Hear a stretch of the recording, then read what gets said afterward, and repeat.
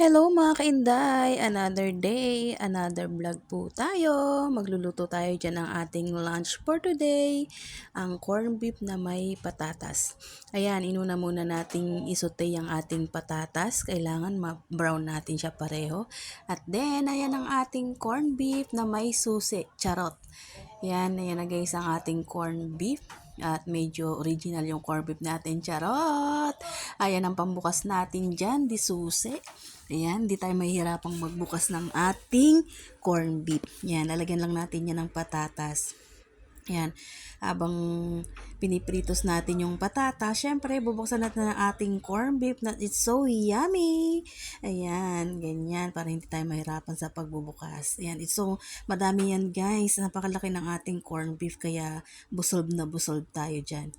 Ayan. Pag mapula na yung ating patatas, pinirito natin yan. Isusutay na natin yung ating bawang at ang sibuyas. And magsusutay tayo dyan ng bawang sibuyas. The same pan na rin guys.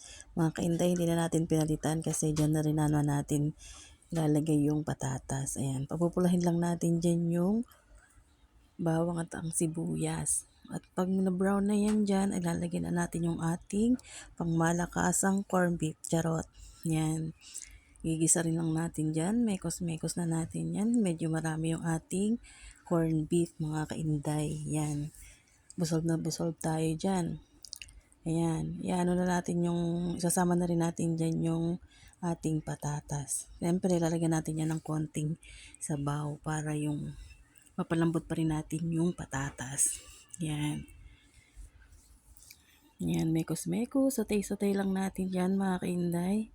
Yan, medyo may bubuo pa yung ating corned beef kasi galing sa can. Yan, mekos-mekos. Yan, lalagyan natin yan ng konting sauce. Konting sabaw para medyo mapalambot pa rin natin yung patatas dyan.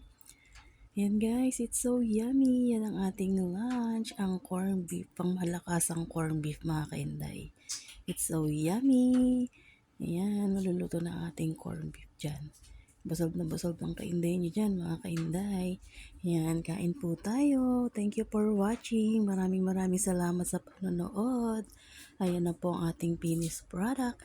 Corned beef na may patatas. It's so yummy.